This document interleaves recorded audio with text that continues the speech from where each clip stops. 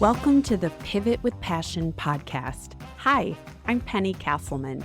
I believe everyone is deserving of a phenomenal life. Regardless of where you came from, life is what you make of it. And when you learn to pivot with passion, your world explodes with opportunities. Go grab your favorite beverage and let's shake things up as we explore how to pivot with passion.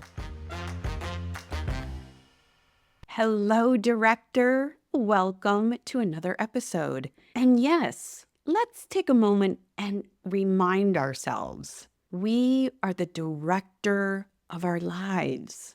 I hope that when this week kicked off, you found yourself sitting in a space of optimism and joy and excitement, embracing a feeling of positivity and planfulness. But I also know it's possible that you weren't any of those things at the start of the week for a whole host of reasons: personal, professional, external factors. Maybe you watched too much news this weekend. Maybe something happened to a friend or a colleague or a family member. Wherever you find yourself today, know that you have a choice. You are the director. So today, I want you to choose yourself. I want you to think about you in the future. Now, maybe it's challenging to think too far in the future, but what if you just pause and think about tomorrow? How do you want to show up in the world tomorrow? What might bring some excitement for you tomorrow?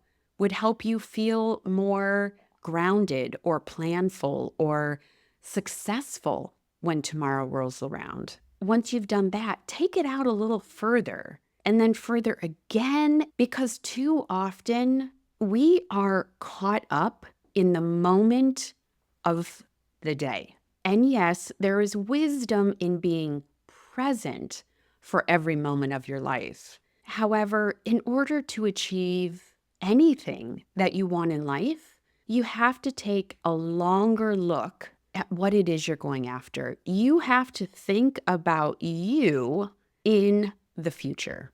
What if you knew every new skill you attempted would eventually lead to success? Pretty awesome, right? What if you knew every dream you ever held is achievable? Pretty amazing, right? Director, you are in the driver's seat, and your efforts and everything you do today pushes you towards those goals tomorrow. I'm sure you know someone like this. They can pull jokes out of their back pocket at a moment's notice.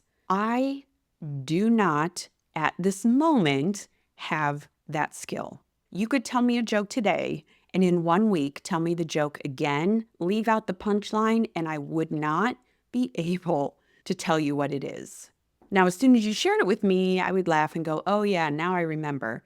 But jokes are just one of those things that I do not have mastery of. When we were babies, we were relentless in going after some of the basic skills that we wanted because we could see other people doing it, and we knew somehow in the back of our brain that we could do it too if we stayed focused, were willing to fall, and try again. I did some research in support, and what I found was, on average, they fall 17 times an hour. And I started thinking, when is the last time I failed 17 times in 1 hour?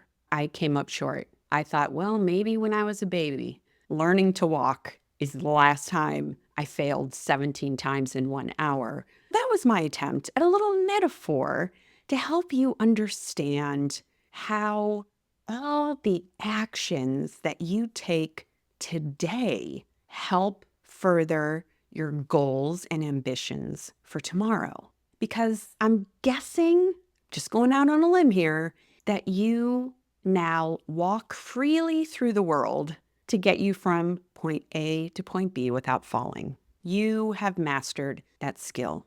I'm going to challenge you to start embracing the idea that every single thing that you want, you can have, period.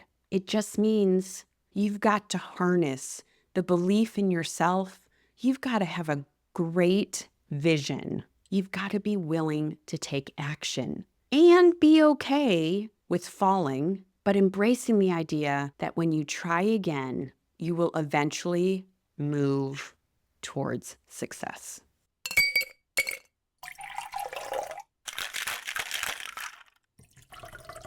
It's time for a clarity cocktail. Today's clarity cocktail comes from Nelson Mandela. It always seems impossible until it's done. Boom, there it is.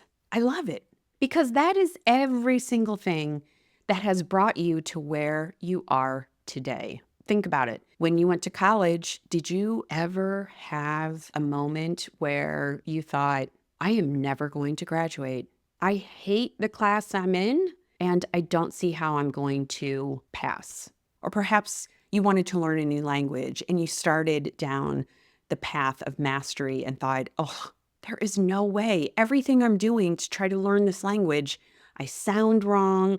I'm using the wrong tense, the wrong pronouns. It can feel exhausting, which is why I love Nelson Mandela's super simplistic, but oh so accurate phrase. It always seems impossible until it's done. Recently, I was undergoing a renovation of my third floor, and because I'm very skilled and adept at DIY projects, I chose to paint the third floor myself rather than contract out to have someone else do it because I knew I could do it. I've done it in the past, and it was going to save me some money. 8 gallons of paint later, it was finally done. Let that sink in just for a moment.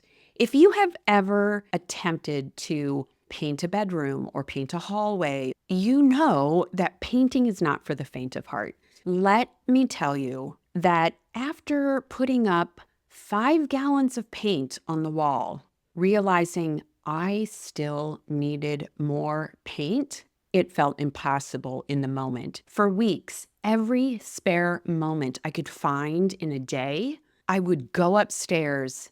Even if I could do a 10-foot section by 10-foot section, I would get it done. But after so many of those, it certainly felt impossible. And yes, there were moments when it felt like there was more ahead of me than there was behind. But I had 2 things going for me.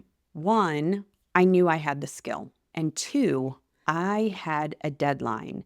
There was a day where people were coming and they would be staying on the 3rd floor. So skill faced with a deadline. I was willing to take action even when it felt impossible.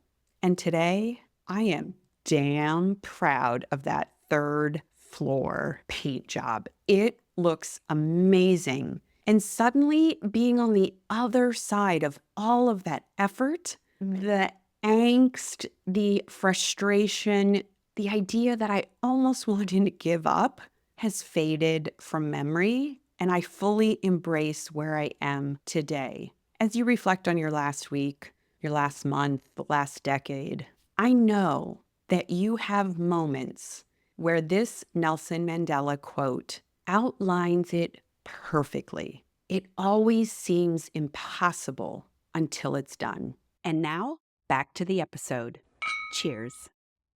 Coming back around to everything that you do today helps to set you up for success tomorrow. And of course, pulling on the metaphor of a baby attempting to walk, falling 17 times an hour until they figure out all the nuances in body mechanics to keep them upright and moving in the direction that they want. So too can we pull on that past experience in our lives and realize we can do anything that we set our mind to if we are willing to fall down, get back up, take action today, and hold our vision. Each week, I meet with my high performance coach, and recently we were talking about some of the big goals that I have in my life. And some of them are big. However, some of them I have made to seem big when in fact they're really not. I have to give props to my coach because she will call me out on all my BS. Some of my goals I could have achieved by now had I stayed laser focused, had a really tight grasp on my productivity and my belief. All of these things, as you know, part of a red marker moment, belief, vision, and action, all of those things have to be firing together to claim a red marker moment and move you forward. I was joking with my coach. I said, you know what? My future self is really tired of looking at her watch, tapping her foot, and waiting. Yes, my future self, the person I am stepping into, that person is waiting for me. And it's up to me to take the necessary action to get me to where I want to go. Now I get it. Waking up every morning, greeting the day with a smile on your face, hope in your heart, commitment to excellence, to your vision, your willingness to take action is challenging. And there are no shortage of distractions that can derail you from the moment you wake up. It's not simply physical distractions that we have to deal with. It's also internal distractions. You may not feel like you're in the mood. You may not be able to rally the energy to do what needs done. I'm challenging you to think like the baby. You are going to hit distractions. You are going to not be in the mood, not have the energy. It will be like you're a baby falling down, trying to learn how to walk. But get back up. Remember, you are learning a new skill. You are focused on a goal. You are striving for success. And all of those take small steps today to help move you towards your future self. Is your future self tapping its foot, looking at its watch, asking you to please hurry up because they're waiting for you? As you move forward this week, this month, the balance of this year, think about the adventure that you are on. Think about the future you that is waiting for you to arrive. Because just like a baby learning to walk, and now you don't give it a second thought as you move throughout your day, carrying yourself from the kitchen to the office to the car, so too is your journey to your future self. You will arrive with such presence, with such conviction, with so much energy and appreciation for how far you have come. Those small daily actions that you pushed yourself to take are not in vain on any given day. I want you to know that you deserve a phenomenal life. I want you to feel empowered to pause, to pivot, and to choose you again in every moment. Get rid of that. And I want you to take bold, courageous, and consistent action for your future self. Because in the moment today, you may have distractions.